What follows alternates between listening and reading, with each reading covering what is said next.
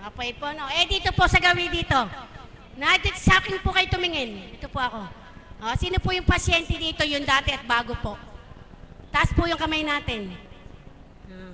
Sige po, salamat po, ano? Okay po. Kasi po, kalooban po ng Ama, yung pong mga instant healing na pinagaling ng ating Panginoon sa kalooban po ng Diyos, sa mensahe po ng Banal na Espiritu sa katawan ng ating mahal na Apo Kunching, madali po tayong napagaling ng Panginoon. Amen po ba? Kaya ibahagi po natin ng marapat upang kung baga sa ating damdamin ay maibahagi natin kung ano po ba ang nadaba natin at nakamtan natin ang kagalingan sa dakong ito, na kung saan nananahan po ang Banal na Espiritu sa katawan po ng ating mahal na Apo Kunching. Ngayon po, tatawagin ko po ang unang magbabahagi. Galing pa po siya sa Hong Kong. Subalit, pinili po niyang magpagamot dito. Nanalig at nagtiwala po siya sa ating mahal na Apo Kunching. Nakikita po niya sa internet. Sinabi po niya sa sarili niya na uuwi po siya dito sa Pilipinas upang makita niya ating mahal na Apo Kunching. Sa patnubay at kadakilaan po ng Ama, pinahintulutan po ng Panginoon na siya ay makauwi. Kaya eto na po siya, ang una natin magbabahagi, ang aking pong pinsan na galing pa po siya sa Hong Kong. Ibabahagi po niya ang kanyang nakamit dito sa dakong ito, ng kagalingan na ibinigay sa kanya ng Panginoon.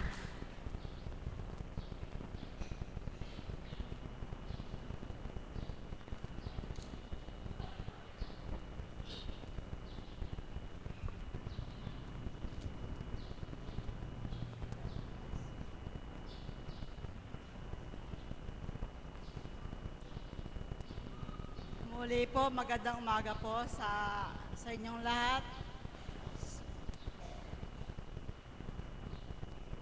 Unang-una po sa ating Panginoon at sa kanya po kinalugdan na si Apo Kunching, sa mga alagad po, sa lahat po ng mga pasyente, mga tagasunod po, magandang umaga po sa ating lahat. Ang masasabi ko nga po, yung lubos nga pong pasasalamat dahil nga po sa mga nangyari sa akin habang malayo ako sa aking pamilya. Yun nga po, noong February nga po, na-stroke ako. Bali po, isang buwan po ako sa ospital bago po ako nakauwi. Nakauwi po ako noong March 16. Kaya March 17 po. Tumungo na po ako dito kasi nga po, sa internet pa lang po, nababasa ko na mga mensahe niyang ating Banal na Espiritu ang si Apo Kunching. Sabi ko nga po, sinasabi ko kay Apo na sa Facebook, sabi ko nga po, Apo, mayakap ko lang po kayo, magaling na ako. Kaya nga po, tuwang-tuwa po ako nung makarating ako dito. Talaga pong niyakap po agad si Apo. Lubos po ang kagalang ko at nakarating po ako ng maayos. Ngayon nga po, medyo maayos na nga po ako lumakad.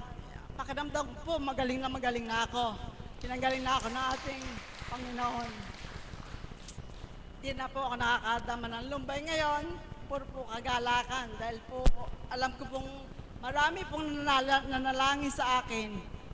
Kahit po wala pa ako dito noon, yung pong mga pamilya ko, mga kamag-anak ko, andyan po sila para manalangin. Unang-unang nga po, si Apo nga po, nagbimensahe sa akin na sabi niya, umuwi daw po ako at pag nabanyosan na ako ay gagaling na ako. Ito nga po, pakiramdam ko po, parang gusto ko na po tumakbo. Pakiramdam ko po, wala na ako sakit, magaling na ako. Yun po ang itanim natin lagi sa ating isipan, magaling na tayo na wala tayong sakit para mas mabilis tayong gumaling.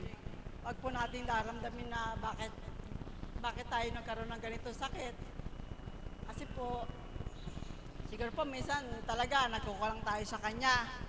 Na minsan sa sobrang busy sa trabaho natin, minsan ako po, inaamin ko po, minsan po sa gabi, halos 3 oras na lang itulog ko dahil po yung alaga akong bata, masyado pong malambing. Siguro po sa puyat, pagising po ng umaga, naramdaman ko na lang po, walang pakiramdam yung kalahating kong katawan. Pero salamat po sa Ama at At ganun na lang po ang nangyayari sa akin. Pinagtibay po niya ako habang pong patuloy na nagpapagaling, gaya nga po ng mga nakaraang ko pang karamdaman. Basta kahit po hindi ganun kalalim ang pananalig ko sa kanya noong mga panahon na yon, hindi ko pa po siya ganun kilala. Basta po panay lang po ang dalangin ko na hindi ko po pala alam na kailangan nating pagkalob sa kanya ating sarili para lubusan natin siyang makilala. Ngayon po, medyo lumalalim na po ang pagkilala ko sa ating Panginoon sa pamagitan po ng kanyang kinalugdan na si Apong Kunching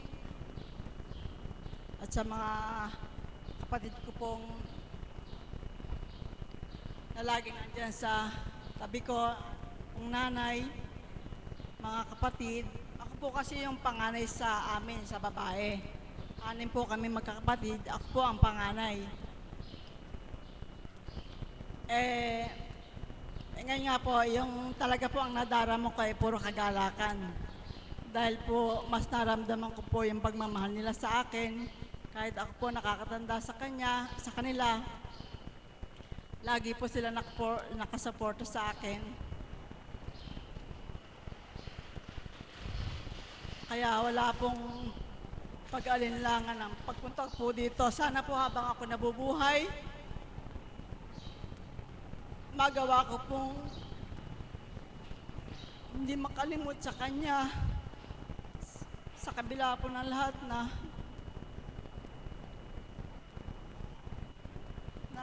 sinapit ko.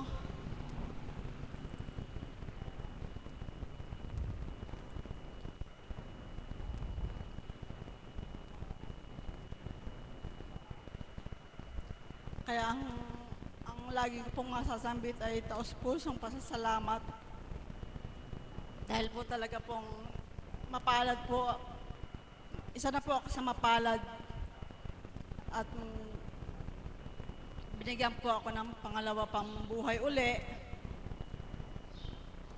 Kasi po yung kapatid ko po noon, nangyari sa kanya, 1 linggo lang po eh. Yung kapatid ko po lalaki. Bali, 2 taon na po siya ngayong wala. Ayun po, stroke din po nangyari sa kanya.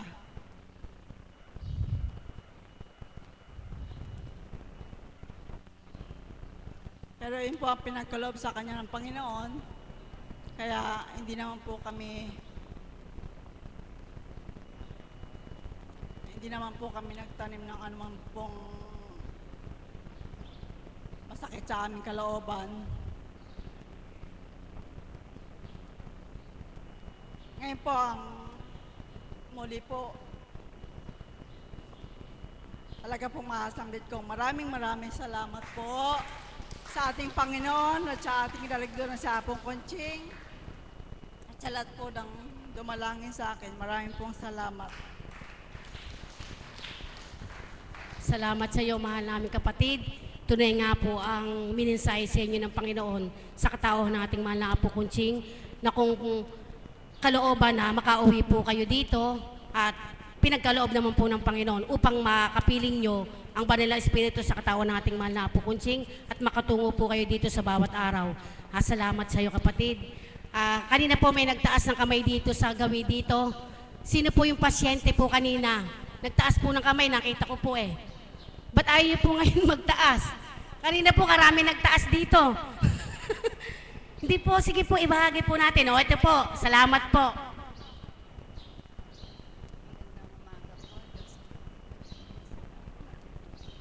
Sa inyong harapan. Narito po ako sa inyong harapan. Dahil po nung pong Huwebes ng gabi, natumba po ako, na-stroke po. hindi na po ako makabangon. Nasa baliwag po ako, nagpa-doktor ako. Ang naalala ko po si Apo Konsing.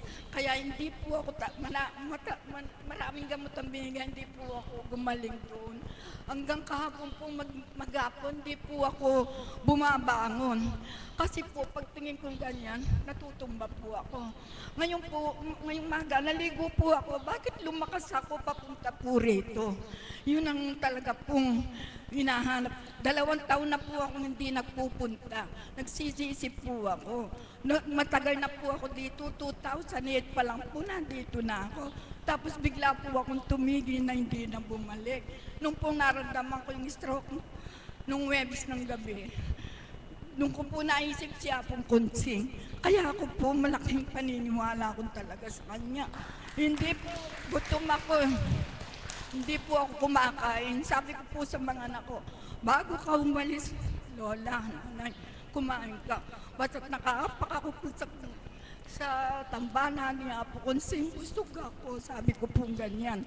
Kung bakit po talagang pagdating dito, wala po ako ngayon.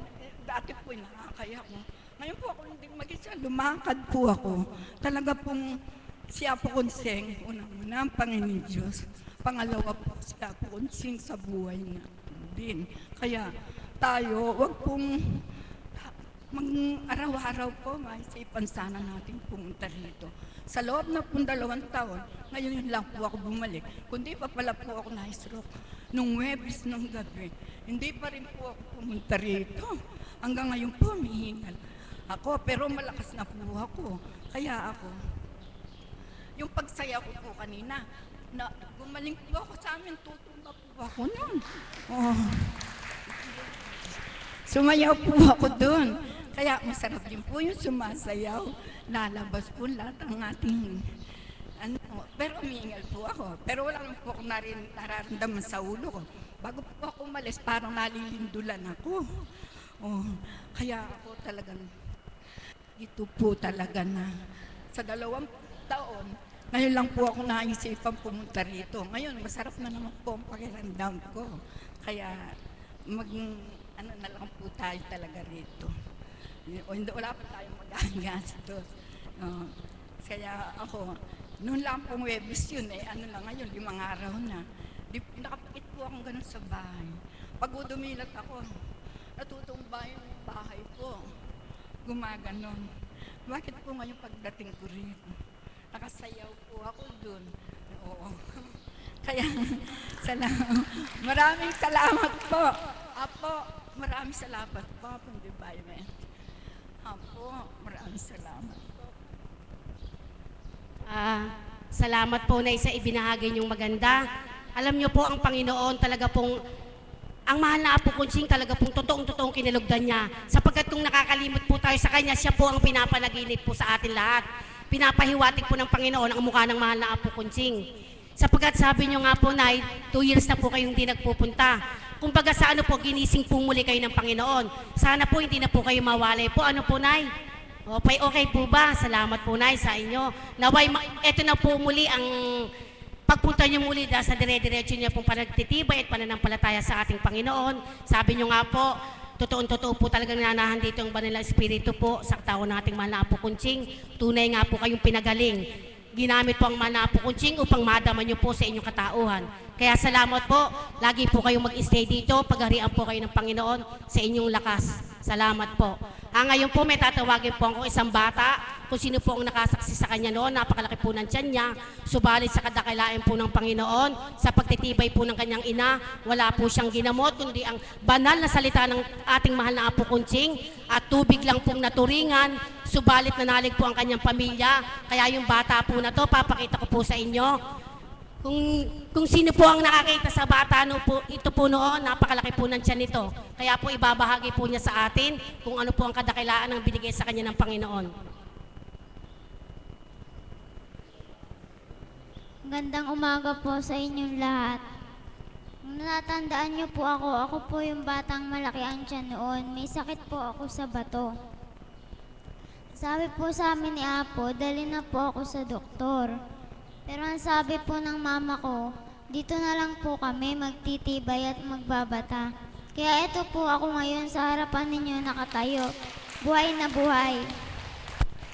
Yung isang linggo lang po, may lagnat po ako, may kasama pong balis.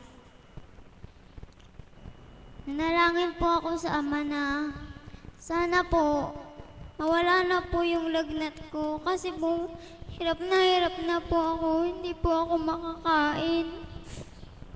Nilalata na po ako. Kabutihan naman po, dininig po ng Ama ang panalangin ko. Gumaling din po ako nung araw din po na yun. Kaya nagpapasalamat po ako sa Ama dahil kahit kailan po hindi po niya ako iniwan. Yun lang po. Tingnan niyo po, no? Wala na po siyang kahit anumang pong bakas. Dito ka muna po, mahal kong kapatid. Tingnan niyo po, no? Nung pong titingnan niyo sa napakalaki po ng tiyan niya talaga. Subalit nga po, pag nanalig tayo sa Panginoon, sa katauhan po ng ating mahal na Apo Kunching, nadadama natin ng Diyos na buhay. Sa paghipo lang po ng mga kamay niya at pagpatong sa ating mga ulo, tanggal na po ang ating karamdaman. Kaya po yung nanay niya talaga pong nanalig. Kaya wag na po tayong mag-alinlangan pa sapagkat nandito po ang tunay na Panginoon. Nandito po ang tunay na banal na Espiritu sa katawan po ng ating mahal na Apo Kunching, mahal na mahal po tayo ng Diyos. Kaya salamat sa iyo, baby. Baby pa po kasi ito eh. Sige po. O, kanina po meron po ako nakitang nagtaas dito. Salamat sa iyo, baby.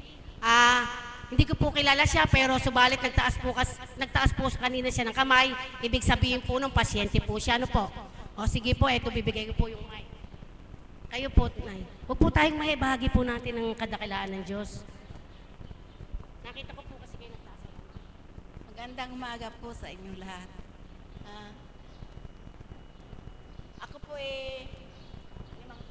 limang buwan na pong pabalik-balik sa doktor.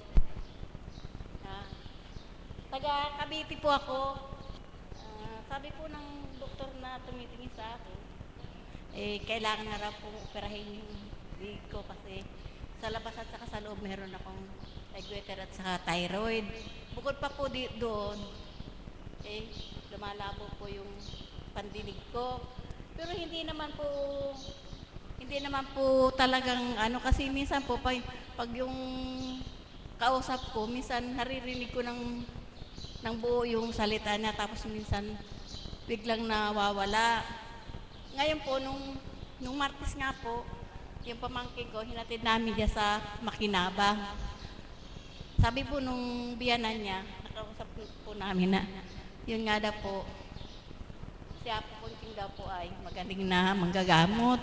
Basta daw po, manalig lang po at manampaatahin sa kanya. Sa pamamagitan po ni Apo, at sa pangalawa po ay si Apo Kunching. Siya po ang hinipo ng Panginoon para tumulong at yun nga po, bali pang 4 na araw po na pumupunta rito. Kanina madaling araw pa po, gising na kami. Bumiyahe po kami galing Cavite para lang po magpagamot kay Apo Kunching at sa awa naman po ng Diyos. Medyo po may improvement naman po sa akin. Purihin po ang Panginoon at pangalawa po kay Apo Kunching. Salamat. Salamat po, tita, sa inyong ibinahagi. Sabi niyo nga po kanina sa inyong pagbabahagi na tunay nga po na si Apo Kunching ay manggagamot. Alam niyo po, si Apo Kunching po ay siya ang sinakluban ng banal na Espiritu ng Panginoon sa katauhan po niya. Kaya po kung hindi po siya pag-aanohan ng Panginoon, hindi po siya manggagamot na sasabihin po natin sa tao, hindi po. Ang Panginoon po nagpapagaling sa atin sa katauhan po ng ating mahal na Apo Kunching. Kaya manalig po tayo lagi sa Panginoon. Tunay nga pong itaas natin ang kadakilaan ng Diyos sa katauhan nga po ng ating mahal na Apo Kunching. Lagi po natin tatandaan, mahal kong kapatid. Salamat po sa inyong ibinahagi. Ngayon po, meron naman pong ditong mag-share, magbabahagi na galing pa po siya ng Baliwag. parang gustong-gusto po niya magbahagi sa kadakilaan po ng Panginoon sa kanya. Ito po siya ngayon at ibabahagi po niya sa atin.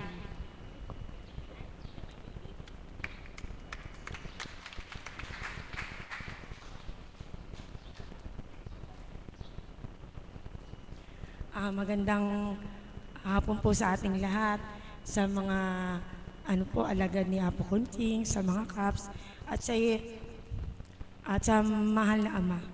Hindi po ako nakahandang magsalita ngayon. Para po bang iyak na lang kasi medyo hindi pa po siguro ako talaga nakaka-recover. Para po sa kaalaman nyo, 2 taon na pong namamatay yung mister ko, March 30. Bali po yung nagsalitang una si Ate Mila, kapatid po niya. Pag po ang isi-share ko po, kahit na po yung ako po'y biyuda na, pagkagising ko po sa umaga, pasalamat, salamat Lord. Basta hindi man po ako makapagdasal ng mahaba, basta ang bungad ko po sa umaga, Lord, salamat. At buhay pa po ako, malusog ang aking pamilya, ang 3 ko pong anak ay malulusog pa po. Yung 3 ko po kasing anak, ang pinakamatanda ay mag-8 years old.